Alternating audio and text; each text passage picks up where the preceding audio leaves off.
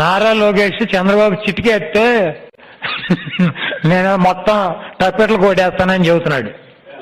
ఈ చిటికీలు టప్పెట్లు కోటలో ఉన్నోటే పేటలో ఉన్నోటే. చంద్రబాబు చిటికేసినా ఈ ఆడి టప్పెట్లు కొట్టినా వీళ్ళిద్దరు కోటలో ఉన్న పేటలో ఉన్న ఒకటే అని చెప్పి రాష్ట్రపతికి తెలుసు.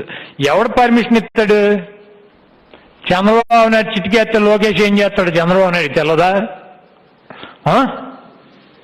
కాదు, చంద్రబాబు నాయుడు చిటికేస్తే లోకేష్ ఏం చేస్తాడు తెలదా?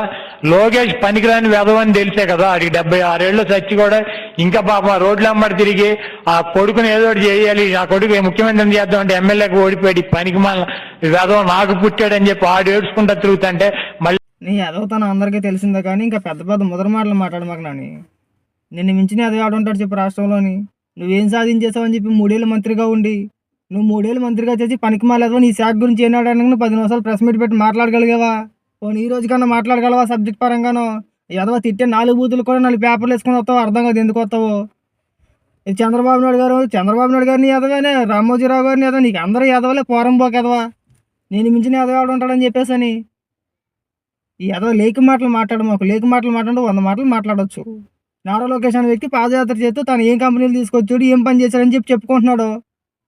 మీరు చెప్పుకోవచ్చు కదా, అలాగా మీ నాయకుడు చెప్పొచ్చు కదా. జగన్మోహన్ రెడ్డి అలా చెప్పగలడా? ఏమని చెప్పాలా? ఒకవేళ చెప్పాలనుకుంటే నేను చేపలు తీసుకొచ్చాను, కోడిపెట్టలు తీసుకొచ్చాను, పీతలు పెత్తపరగలు తీసుకొచ్చాను అని చెప్పి చెప్పుకోవాలా. ఇంకా అంతకుమించి మనం చేసింది ఏముంది?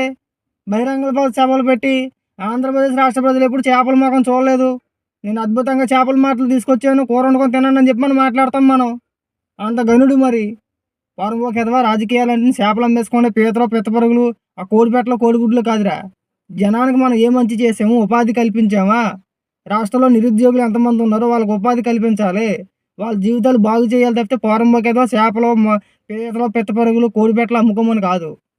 పోరంబోకేదో మనం ఒకరికి ఉద్యోగం కల్పించలేము, ఒక పరిశ్రమ తీసుకురాలేము.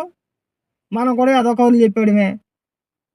ఏ రోజన్నా మన పరిశ్రమలు తీసుకొచ్చిన ఎదవాళ్ళం అయితే మనం ఘనంగా చెప్పుకుంటాం. ఇప్పుడు మనం చేసిన దానికి ఉన్నదానికే 4 సార్లు శంకుస్థాపన చేస్తాం అవసరం అయితే. రాజకీయాల గురించి నువ్వు మాట్లాడు మాకు.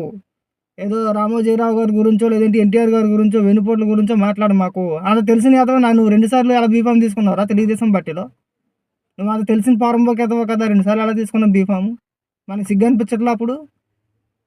ఇన్ని తెలిసిన ఎదవ నేను 2 సార్లు బీఫామ్ తీసుకున్నాను, ఎవరికి ఒకలా మాట్లాడుతున్నా చెప్పి మనకు తెలియాలి కదా. కానీ వయసులో ఇంకా అందరూ ఎదవలే. నీకు నీ ఎదవతనం ముందు ఎవడని చెప్పేసి అని ఆ ఎదవ లేక మాటలే తగ్గించుకోవాలని చెప్పేసి అనేది. నువ్వు నీ నాయకుడు పీకి పొడిచింది ఏం లేదు రాష్ట్ర ప్రజలకి. ఆ ఎదవ చేపలు కోడిపెట్టలు అమ్ముకోవడం తప్పితే ఇంకా అంతకు మించి పెద్ద మొదటి మాటలు మాట్లాడడం ఏదో అన్నీ నీకే తెలిసిన ఎదవలాగా. ఎవడు రాయించాడు రా సిబిఐగా వివేకానంద రెడ్డి గారు హత్య కేసులు ఎవడు రాయించాడు?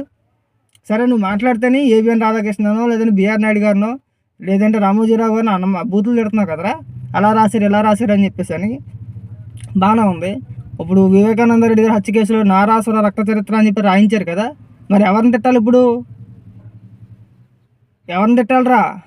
భారతీ గారిని తిట్టాలా, జగన్మోహన్ రెడ్డి గారిని తిట్టాలా? నీ భాషలో ఎవరిని తిట్టాలరా? పోరంపోక కదా ఎవర్రా రాసింది ఆ రోజున?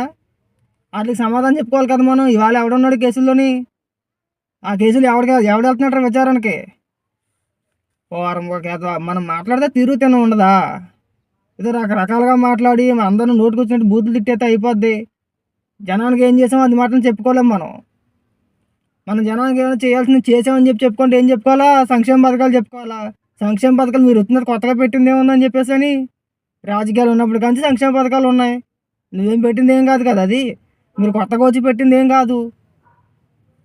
దానికే పేర్లు మార్చుకొని చేసుకోవడం, చేసిన దాన్ని 10 సార్లు మళ్ళీ రీఓపెనింగ్లు చేసుకోవడం, ఉన్నదానికి ఎంత అని చెప్పేసి భజన చేసుకోవడం. అంతకుమించి మనం చేసేది ఏమి ఉండదు అక్కడ. మన నోటుకు వచ్చింది మాట్లాడుకుంటా పోతే దానివల్ల జనానికి ఏం ఉపయోగం ఉండదు. 100 మాటలు మా బోటోళ్ళని కూడా మాట్లాడతాం. ఎంతసేపు అమ్మన బూతులు తిట్టుకోవడమే కదా. ఇప్పుడు సబ్జెక్ట్ మాట్లాడాలంటే మ్యాటర్ ఉండాలి, కానీ బూతులు తిట్టుకోవడానికి ఏముంది?